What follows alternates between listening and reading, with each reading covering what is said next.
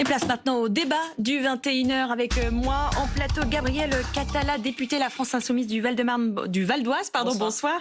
Merci d'être là. Face à vous, Jonas Haddad, conseiller régional Les Républicains de Normandie. Bonsoir à vous. Martin Garagnon, bonsoir. Merci également d'être la porte-parole d'Ensemble pour la République. Et avec moi également Patricia Issa de Grandy, éditorialiste politique pour France Info. Merci à tous. Dans la première partie de ce débat, j'aimerais revenir avec vous forcément sur Thierry Mariani, mais on me dit aussi qu'il est à distance avec nous. Merci d'être là également, député européen, Rassemblement National. Merci monsieur, j'arrive vers vous dans 2 secondes, puisque je voulais revenir évidemment avec vous sur la disparition de Jean-Marie Le Pen, figure de l'extrême droite française, dont le rôle dans la vie publique de notre pays pendant près de 70 ans relève désormais du jugement de l'histoire. C'est ce qu'a communiqué l'Élysée aujourd'hui. Les réactions, vous l'avez vu, ont été multiples tout au long de cette journée. Une figure de la vie politique française pour certains, un fasciste d'un autre temps pour d'autres. Thierry Mariani, je voulais savoir déjà quelle avait été votre réaction à vous. Écoutez, d'abord, j'ai pensé à ces filles et puis à ces petits-enfants. Voilà, la mort d'un homme, c'est toujours un drame.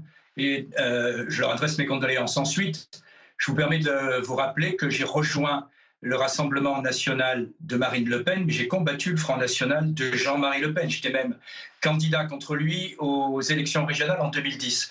Voilà, c'est un personnage qui a fait des déclarations condamnables et condamnées que je ne partageais pas. Ensuite, il y a aussi il faut regarder le contenu politique. Voilà, son combat pendant des années, ça a été l'immigration. Et j'ai envie quand même de reconnaître que malheureusement, il était visionnaire. Malheureusement, il est visionnaire quand aujourd'hui, de très nombreux partis politiques disent que le problème, c'est effectivement de lutter contre cette immigration clandestine, ou alors, en fait, en ce moment, une tragique commémoration d'attentats, de favoriser justement la lutte contre le terrorisme en cherchant ses ramifications dans l'islamisme et indirectement donc dans l'immigration. Malheureusement, j'ai envie de vous dire, il a été visionnaire sur de nombreux dossiers. Voilà, Jean-Marie Le Pen visionnaire. Gabriel Catala, j'imagine que vous n'êtes pas d'accord avec ça ? Oui, évidemment, je ne suis pas d'accord. Vous vous en doutez, je n'éprouve aucune sympathie pour Monsieur Le Pen. Et je déplore d'ailleurs que certains hommages aujourd'hui contribuent à banaliser l'extrême droite. Quand on regarde l'histoire de Monsieur Le Pen, c'est qui ? C'est un homme qui a créé le Front National avec des anciens Waffen-SS, des nostalgiques du gouvernement de Vichy, des nostalgiques de la colonisation. Il a avoué lui-même avoir torturé des Algériens. Il s'en est vanté. Il y a déjà une excellente enquête qui est sortie là-dessus en début d'année. Et ce n'est pas parce que Monsieur Le Pen va être enterré que ses idées vont aller au cimetière avec lui.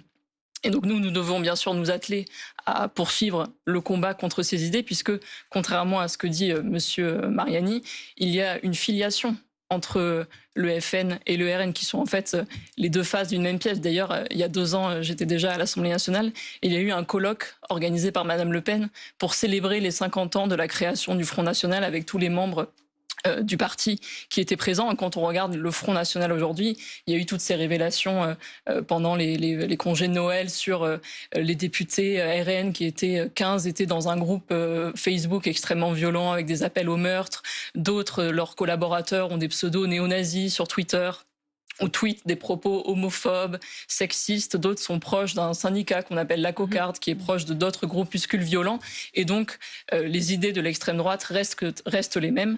Et l'héritage de Monsieur Le Pen est toujours présent, et c'est celui de Madame Le Pen et de Monsieur Bardella. Son héritage, effectivement, on va continuer d'en parler, mais peut-être je voulais vous entendre aussi sur le sujet. Jonas Haddad, quelle a été votre réaction à vous ? Est-ce que vous rejoignez ce que vient de nous dire Thierry Mariani à l'instant ?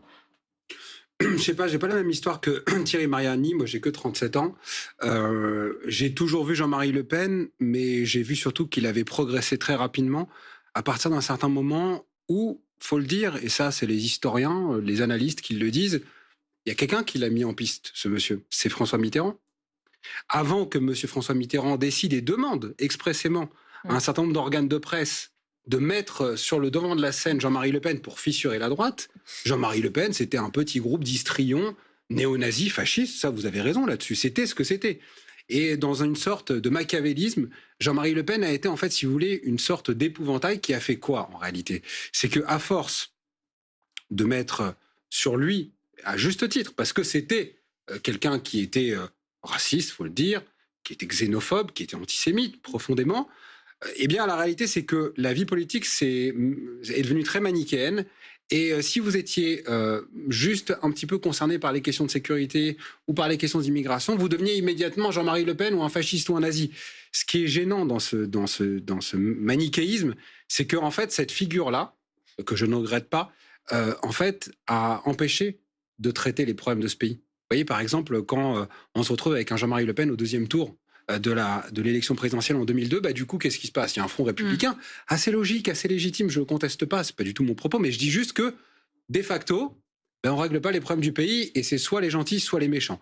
Maintenant, la réalité, c'est que Jean-Marie Le Pen et Marine Le Pen, franchement, s'il n'y a pas de filiation entre un père et sa fille, moi, je ne comprends plus rien. Voilà. Et deuxièmement, il ne faut pas nous raconter la messe quand j'entends M. Mariani, dire ça. Dernier point peut-être. Dernier point. Par contre, là où je suis absolument pas d'accord avec vous, c'est que qu'est-ce qui a fait le côté très épicé, si j'ose dire, de Jean-Marie Le Pen? C'est quand il parle du détail de l'histoire, c'est quand il parle de Durafour crématoire. On l'a vu à plusieurs reprises. Okay. Mais qui a repris le flambeau de l'antisémitisme aujourd'hui? Qui fait des déclarations, mais proprement, laissez-moi terminer s'il vous plaît, proprement scandaleuses, notamment Jean-Luc Mélenchon, qui récemment encore disait « il y a dans ce pays un antisémitisme résiduel ». Est-ce que le résiduel... Je ne laisserai pas M. Mélenchon se faire insulter sur ce plateau, se faire traiter d'antisémite et se faire comparer à un homme qui a créé Madame, je ne vous laisserai pas me couper, en fait. Avec des Waffen-SS. D'accord, mais je ne laisserai pas me couper. Monsieur Mélenchon... Aujourd'hui, on est dans un hommage Charlie Hebdo, il a liberté d'expression, c'est important. Monsieur Mélenchon... On est dans de la diffamation. Madame, je connais vos techniques. Mais je connais vos techniques. Vous avez qu'à m'attaquer, vous allez voir, je gagnerai.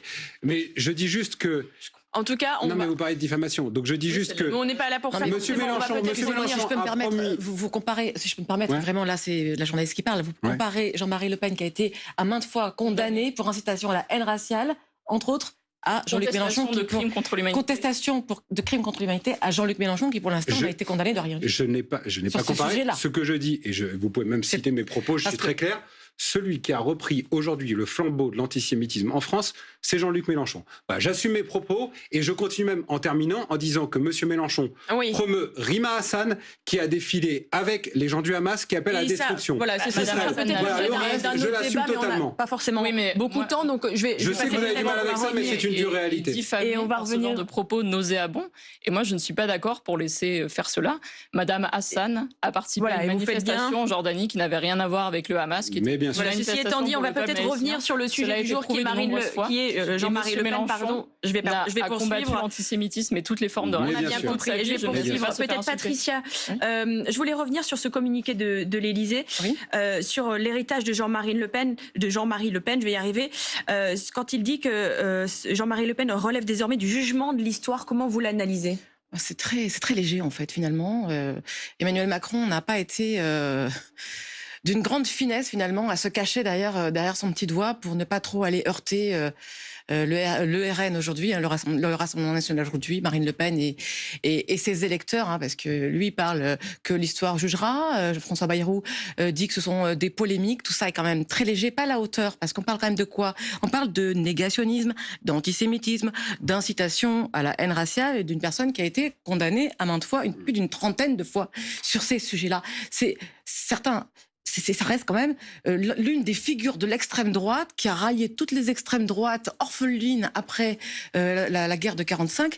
Et là, on est en train d'en faire quelqu'un. L'histoire jugera. Ce sont des polémiques. C'est grave. Parce que tout ça, ça veut dire quoi? Ça veut dire qu'on est dans le calcul politique aujourd'hui, alors qu'on doit quand même être dans ce qui a été fait et dit par ce monsieur Jean-Marie Le Pen. On est dans le calcul politique. Quel calcul politique? Nous sommes à la veille de rediscuter de ce budget à l'Assemblée nationale et que François Bayrou et Emmanuel Macron ont besoin du Rassemblement national et il ne faudrait pas trop les froisser quand même. Martin Garagnon, je vous laisse répondre à ce que vient de dire Patricia à l'instant. Cette réaction de l'Élysée vous a surpris?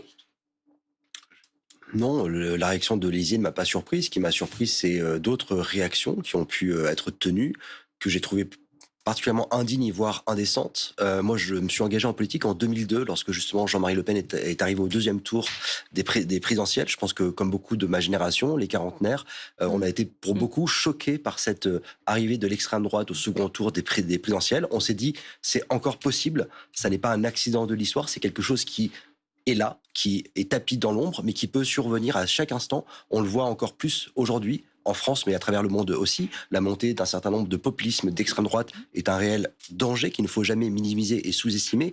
En revanche, moi, je me suis engagé en politique pour combattre des idées.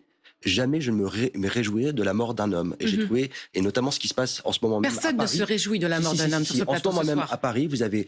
Sur ce plateau, personne ne se réjouit de la mort d'un homme. Des scènes de liesse, et je trouve ça particulièrement indécent. L'homme, je le combat, je l'ai combattu tout au long de mon engagement politique. J'ai de leçons à recevoir de personne dans la lutte contre le racisme et l'antisémitisme. En revanche, avoir ce type de comportement, je trouve ça assez indécent. Et j'ai trouvé que le communiqué de l'Élysée était pour le coup plutôt pondéré. Maintenant, Jean-Marie Le Pen, ce ne sont pas que des provocations, ce sont aussi des condamnations. Donc l'histoire a jugé déjà, la justice a jugé, la justice de notre pays a jugé, et vous l'avez dit à multiples reprises. En faisant cela, en écrivant cela, Emmanuel Macron, quelque part, il met la poussière sous le tapis. Parce qu'aujourd'hui, ça ne l'arrange pas de faire, de discuter de l'héritage de Jean-Marie Le Pen. Je recontextualise par rapport à ce que vous venez de dire pour ceux qui nous regardent, que les images que l'on voyait en direct, c'est donc les rassemblements auxquels vous faites référence qui ont lieu en France. Vous le voyez en ce moment, notamment comme sur ces images à Paris, rassemblement de ces personnes qui fêtent, qui célèbrent la mort de Jean-Marie Le Pen, des scènes de liesse auxquelles vous faisiez référence. Je n'ai aucune sympathie pour les idées de Jean-Marie Le Pen et les idées que Jean-Marie Le Pen a défendues tout au long de sa vie et qui ont une fois de plus eu la condamnation et du peuple souverain lors des élections et de la justice. En revanche, ce type de scène, je trouve ça particulièrement déplacé. On peut avoir un minimum de dignité, y compris dans le combat politique, et je trouve que ça nous grandirait. Et quand je vois ces scènes-là et les réactions sur Twitter, en revanche, si vous me permettez un dernier point, parce que tout à l'heure, il y a eu une espèce de match sur Mélenchon qui a repris le flambeau de l'antisémitisme qui était jusqu'à présent l'apanage de Jean-Marie Le Pen, que Marine Le Pen, pour le coup, a délaissé par une tactique politique qui a montré aussi son efficacité. Moi, je ne vais pas rentrer dans ce débat-là, je reprendrai juste un dessin qui est sorti aujourd'hui d'un dessinateur très talentueux que tout le monde a reconnu, qui est le dessin de Plantu, qui effectivement montre que le flambeau de l'antisémitisme, le flambeau des mauvais jeux de mots nauséabonds, comme Jean-Luc Mélenchon a pu nous habituer sur Yael Braun-Pivet, sur Elisabeth Borne, etc., c'est bien Mélenchon qui le reprend à son compte. C'est sa responsabilité.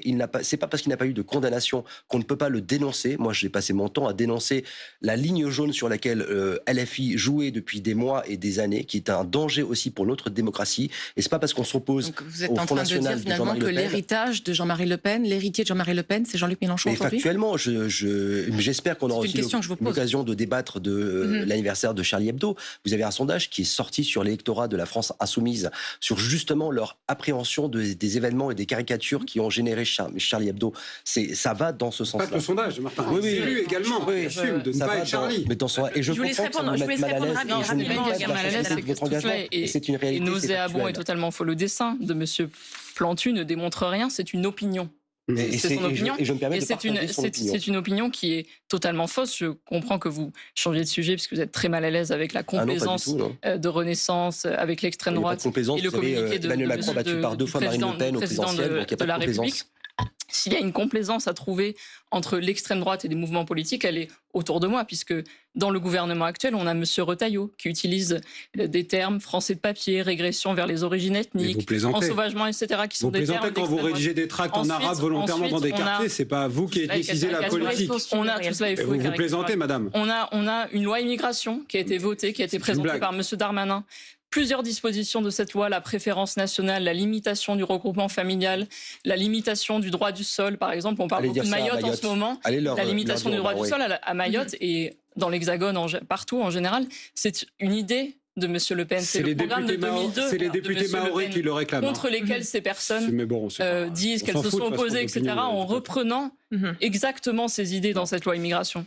Alors, vous parliez à l'instant peut-être de Plantu, puisque vous parliez de Plantu, ça fait une transition directe avec Jean-Marie Le Pen, qui a d'ailleurs fait l'objet des unes de Charlie Hebdo, puisque c'est l'autre actualité évidemment du jour. De nombreuses fois, ils ont compilé, nos confrères du digital ont compilé ces unes. Regardez, des unes qui sont comme toujours sans aucune retenue, on le voit, caricaturées en ogre, l'œil fermé, tel un pirate. Voilà, je voulais vous entendre effectivement sur ce sujet, puisqu'on célèbre tristement évidemment les 10 ans de Charlie Hebdo aujourd'hui. Alors à l'époque, l'attentat avait suscité une vague d'émotions inédite. Vous vous rappelez, on criait, cri de ralliement, je suis Charlie dans les rues. Thierry Mariani, vous êtes toujours avec nous. Est-ce que vous avez le sentiment que 10 ans après, l'esprit Charlie est toujours là ? Écoutez, il y a l'esprit Charlie, mais il n'y a pas les actes de Charlie. Voilà, j'entendais Mme Catala dire mon Dieu, Jean-Marie Le Pen dénoncer la montée de l'islamisme ou la montée de l'immigration. Madame Catala, vous allez déposer des gerbes, mais malheureusement, cette immigration qu'on ne contrôle plus entraînera de nouveaux actes terroristes. Voilà. Donc, il y a quand même, hélas, des faits qui font que, d'abord, le message de Jean-Marie Le Pen sur cet aspect-là, je répète une fois de plus, mais je ne vais pas le dire à chaque fois, il y a des déclarations que je n'oublie pas et que je condamne. Sur l'aspect de la lutte contre l'immigration, des dangers de l'islamisme, il avait raison. C'était un lanceur d'alerte, madame. Il avait raison. Et donc, je sais qu'à chaque fois qu'il y a un drame, la gauche a la spécialité d'allumer une bougie, d'organiser une marche blanche et de déposer des gerbes. Mais malheureusement, ce n'est pas ce qu'attendent les Français. Et pendant ce temps, les actes continuent de terroriser un certain nombre de Français. Voilà, c'est tout. Alors pour François Hollande, cet esprit Charlie est dilué, c'est ce qu'a dit l'ancien président, un pays fracturé, morcelé. Martin Garagnon, c'est aussi votre sentiment ce soir ? Oui, c'est un constat. Moi, le constat que je fais, c'est que 10 ans après ces attentats islamistes, la situation, je trouve, est encore pire que ce qu'on a pu vivre. On le voit bien dans la fracturation de notre société, on le voit bien dans l'appréhension et l'attitude d'un certain nombre de Français par rapport à ces questions. On le voit bien, y compris, et notamment, et c'est pour moi le plus grand drame, auprès de la jeunesse. Une jeunesse qui est déconnectée, mais c'est aussi notre responsabilité à tous, déconnectée des valeurs fondamentales de notre pays, de la République française, qui ne comprennent plus le sens de la laïcité, qui est une notion qui est protectrice, au contraire, et qui n'est pas du tout dirigée contre une religion ou contre une autre, malgré ce que certains veulent en faire. Est-ce que ce n'est pas une jeunesse, justement, qui, au-delà des religions, justement, demande la liberté d'expression sur tous les sujets identitaires, mais pas que religieux. Pour eux, la laïcité, c'est la religion. Mais en même temps, c'est toute la liberté. C'est pouvoir être homosexuel. Jean-Marie Le Pen a tapé dessus. Madame. Oui, non, mais encore heureux. Oui, mais non, France, non. Aujourd'hui, parfois, on ne peut pas se déguiser. Non, c'est la loi. Non, oui, mais il y a des lois. Et puis il y a vous avez la loi Guesso, vous avez un certain nombre d'autres lois. Ce que vivent les gens. Il y a les gens il y a les homosexuels qui subissent l'homophobie. Il y a les racistes qui subissent le racisme, pas forcément religieux. Donc, ce n'est pas que de la religion, et c'est ça que les jeunes sont en train de nous dire aujourd'hui. C'est que, oui, la liberté d'expression, mais pas que la liberté de religion, pas que la liberté d'expression sur les religions. Ok, on a le droit au blasphème, mais c'est pas que ça, en fait. Et ça rejoint tous les autres sujets. Et ça, les jeunes, ils ont envie qu'on en parle. C'est ça qu'ils disent aussi, en effet. Sur Charlie, juste une précision, et ce qui montre à nouveau un des points de désaccord très nombreux que j'avais avec M. Le Pen, c'est que lui avait déclaré « Je ne suis pas Charlie ». Et donc, je suis Charlie Martel, il avait dit. Oui, enfin, voilà. Référence. Une fois de plus, un nouveau jeu de mots. Qui vient d'être dit. Oui, mais bon. Moi, je suis Charlie, y compris 10 ans après. Je suis Charlie Martel, a dit Jean-Marie Le Pen. Mais alors, il décède le jour des 10 ans de l'attentat Charlie Hebdo. Sur la liberté d'expression, sur la laïcité, Jonas Haddad, je voulais vous entendre là-dessus. Moi, vous savez, c'est comme dans un match de foot. Je pense qu'on ne doit pas être commentateur, on doit être des acteurs de la laïcité. C'est-à-dire qu'effectivement, aujourd'hui, il y a un match qui se joue entre nous et les islamistes et les frères musulmans. Ils savent très bien, ils savent parfaitement, et nos services le savent, que la cible principale, ce sont les jeunes. Donc, contrairement à ce qu'on peut entendre ici et là, il ne faut pas mollir avec nos jeunes. Il faut affirmer ce que c'est que nos valeurs, à la fois nationales et républicaines. Ça, c'est un premier point. Un deuxième point, c'est que lorsqu'on regarde les enquêtes d'opinion dont on parle par rapport à l'esprit Charlie, effectivement, il y a la jeunesse qui est en train de décrocher par rapport à cet esprit Charlie. Et désolé de le dire, madame, encore une fois, et je confirme mon propos tout à l'heure. La seule catégorie de population et de sympathisants politiques qui sont en majorité n'ont plus cet esprit Charlie, c'est les sympathisants de LFI. Mais comment s'en étonner ? Et je vais vous donner 2 déclarations, comme ça, si vous voulez encore me parler de diffamation, vous pourrez m'attaquer sur les textes. Daniel Obono, il y a quelques années, qui dit « J'ai pleuré lorsque j'ai vu des amis avoir l'esprit Charlie ». Taha Bouafs, candidat pour LFI aux législatives, je le cite, pardon d'être vulgaire, l'esprit Charlie, c'est de la merde. Donc évidemment, quand vous avez des gens qui essayent de mettre un match comme cela entre une population qui est plus jeune et une population qui l'est moins, et leur expliquer que en fait, l'esprit Charlie, c'est d'être contre les religions, la question n'est pas celle-là. La question n'est pas de savoir est-ce qu'on est pour ou contre les religions, la question est de savoir si on a le droit de les critiquer. Et moi, pour moi, toutes les religions sont critiquables.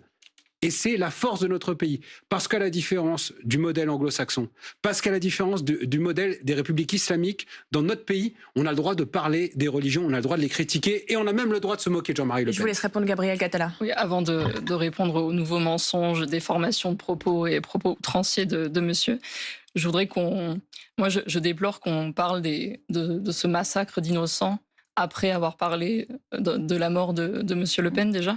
Et je pense qu'on devrait d'abord avoir une pensée pour les victimes, pour leurs proches, pour les familles, pour qui c'est douloureux tous les jours, chaque année, pour les survivants qui vivent avec ce traumatisme, et pour nos autres compatriotes qui ont perdu la vie cette semaine-là, puisque demain, ce sera la commémoration de la mort de Madame Jean-Philippe, qui était policière, et après-demain, nous commémorerons la mort de nos compatriotes assassinés à l'Hypercacher.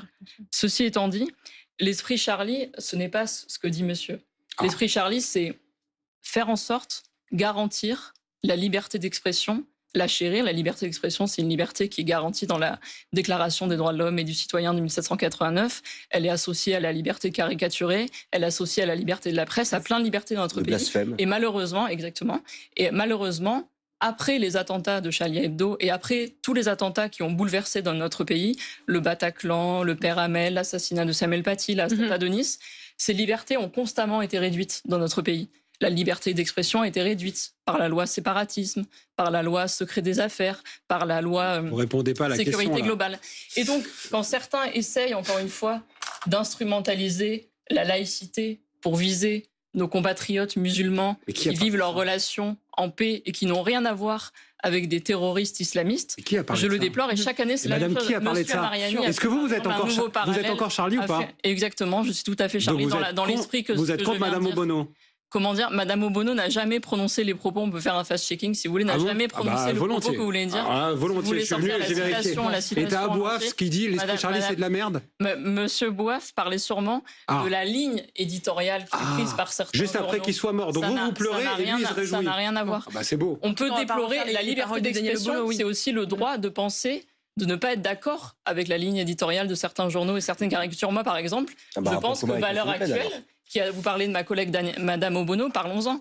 Valeurs Actuelles a dépeint ma collègue Danielle Obono en esclave, et ce journal a été condamné pour injure à caractère racial. Ça, ce n'est pas de la liberté d'expression. Quel rapport? C'est un abus de la liberté d'expression. Ça s'appelle du qui devient. Vous répondez pas à ce qu'on vous pose comme question. Qui porte atteinte à la dignité d'une personne. Pas Charlie. Vous répondez pas à la question. Si elle l'a dit, madame. Sur la liberté d'expression, sur la laïcité aussi, je voulais vous revenir sur ce chiffre aussi aujourd'hui, que plus de la moitié des enseignants admettent s'auto-censurer pendant leurs cours et qui disent que la laïcité est mise à mal. Martin Garagnon, on est bien loin de l'esprit Charlie là. Ah oui, on est très très loin de l'esprit Charlie. En même temps, à nous aussi de donner la force et les moyens aux professeurs de pouvoir éduquer notre jeunesse à ces valeurs de liberté, à ces valeurs du sens critique. Ce sont des choses qui se perdent, et quand vous avez des professeurs qui sont submergés, qui au final ne font plus de la pédagogie de l'enseignement, mais qui font tant bien que mal de la discipline, forcément, ils se censurent sur un certain nombre de sujets. Quand on voit que dans certaines classes, on ne parle plus de la Shoah parce que, vous comprenez, ça peut être remis en question, on voit bien qu'il y a quand même un décrochage incroyable de ce qu'est à l'heure actuelle l'éducation nationale. Et donc ça, c'est aussi une question de moyens, c'est aussi une question d'unanimité de la classe politique, de tous se mettre ensemble, et on sait le faire sur certains sujets. On a su le faire sur le Mercosur, on a su le faire sur un certain nombre de grandes valeurs. Engageons-nous tous ensemble, au-delà de nos différences partisanes, pour redonner les moyens à nos professeurs, à l'éducation, au système éducatif, d'éduquer notre jeunesse pour l'avenir de notre pays, mais surtout pour leur avenir à eux. Parce que ces gamins-là, demain, avec les enseignements qu'ils peuvent avoir, la puissance des réseaux sociaux, parce qu'on voit bien aussi, on parle tout à l'heure d'islamisme radical, de terrorisme, etc. Ça passe aussi beaucoup par les réseaux sociaux. Ça, c'est quelque chose qui existait beaucoup moins en 2015, et on voit bien que la radicalisation, elle touche essentiellement la jeunesse. Alors, moi, évidemment, je suis pas là pour m'adresser à la jeunesse, je fais pas rêver la jeunesse, vous voyez, 46 ans, mon col roulé, etc. Je prétends pas du tout être un modèle pour la jeunesse. Simplement, ce que je leur dis, c'est ce que vous essayez de défendre, ce que vous pensez de défendre à juste titre à l'heure actuelle, demain, c'est contre vous que ça se retournera. Les libertés que l'on défend, nous, au quotidien, elles sont précieuses et elles ne peuvent pas être utilisées à des fins électoralistes. Et moi, c'est le reproche, même plus que le reproche, le combat que je mène contre vous, parce que vous jouez à un jeu dangereux là-dessus. J'ai entendu votre plaidoyer sur Charlie, mais une fois de plus, Et on va vous peut-être versez une forme de larmes de crocodile. LFI, la plupart... Et on vous a bien entendu sur On va peut-être retourner voir Thierry Mariani, qui est toujours avec nous. Vous voyez, vous en revenez à des sujets purement politiciens. Thierry Mariani, vous êtes toujours avec nous. Vous entendez ce qui vient d'être dit sur ce plateau, peut-être sur le sujet de ces professeurs qui s'autocensurent à l'école, sur cette liberté d'expression, sur la laïcité. Qu'en pensez-vous ? Bien sûr que c'est une réalité et bien sûr qu'on ne peut pas l'admettre. Voilà, on est dans une société où ces dernières années, l'intolérance monte. Et l'intolérance qui monte, elle a une source très claire. C'est l'islamisme, c'est d'ailleurs, comme l'a dit M. Haddad, l'idéologie des frères musulmans. Et cette idéologie, on doit la combattre. Voilà. Et désolé de revenir sur le décès de Jean-Marie Le Pen, mais il avait été le premier à le dire, le premier à dire très clairement qu'il fallait mieux réglementer l'immigration. Et aujourd'hui, on peut verser des larmes sur toutes les commémorations qu'on veut. Si on continue à avoir en Europe et en France une immigration totalement débridée, eh bien, on continuera à commémorer des drames. Voilà. Je suis désolé, mais quand j'entendais Mme Catala faire la liste des attentats, j'ai envie de lui dire regardez d'où viennent les auteurs de tous ces attentats. C'est pas l'extrême gauche, c'est pas l'extrême droite, c'est l'islamisme que vous soutenez. Alors, rapidement, Jonas Haddad et puis après Gabriel. Très rapidement, je pense que Thierry Mariani, sur certains points, bon, il y a des points qui ont suivi qui étaient justes. En revanche, le vrai combat, et quand on regarde, si je fais ce que dit M. Mariani, que je regarde la liste des gens qui ont commis des attentats, la plupart ne sont pas étrangers. La plupart, ils sont français. Ça veut dire que ce sont des jeunes Français qui, par une idéologie mortifère, se sont retournés contre leur propre patrie. Vous imaginez dans quel niveau de schizophrénie et de dédoublement identitaire ils doivent être par des idéologies qui véhiculent la mort. Et donc c'est ça que collectivement on doit combattre. Et comment vous l'expliquez ça, qu'ils aient pu se retourner contre leur propre patrie ? Vous savez pourquoi ? Parce que pendant des années... Est-ce que cette patrie, justement, a été assez accueillante avec leurs parents ? Est-ce que cette patrie a été bienveillante avec eux ? Comment vous l'expliquez ? Parce qu'il faut essayer d'expliquer ces mouvements mortifères et vous savez, pétris de haine. C'est ce qu'on appelle la tenaille identitaire. C'est-à-dire que d'un côté, vous avez des gens qui vous expliquent que vous n'êtes pas les bienvenus ici parce que vous n'êtes pas exactement comme les autres, et d'un autre côté, les islamistes qui ramassent les marrons du feu et qui disent « mais tu vois, ils t'aiment pas ». Mais quand Bruno Retailleau dit les Français de papier et les autres, non mais écoutez, il met de l'huile sur le feu également. Franchement, je pense que mettre Bruno Retailleau dans le sujet des attentats de Charlie Hebdo, je pense que c'est pas ça, mais la seule question, la seule question, c'est comment on refait aimer à des jeunes Français issus de l'immigration depuis quelques générations la France.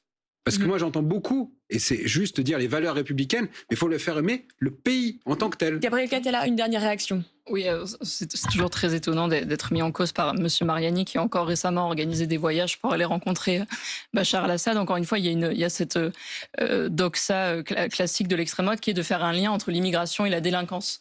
Or, le lien entre immigration et délinquance n'a jamais été prouvé par aucune étude statistique, sociologique. Ce sont qu'un récit, des récits corroborés par l'extrême droite, qui sont complètement faux. Et donc là, ce soir, on a eu encore tous les confusions habituelles sur la laïcité, avec en fait la laïcité qui, depuis des années, est instrumentalisée. Et nul de tout, ça fera l'objet d'un autre débat. Je suis désolée, on doit passer à la suite. Merci beaucoup à tous les quatre. Il y avait plein de choses à dire ce soir. Merci à tous les quatre d'être venus sur ce plateau. C'est la fin de cette édition. À suivre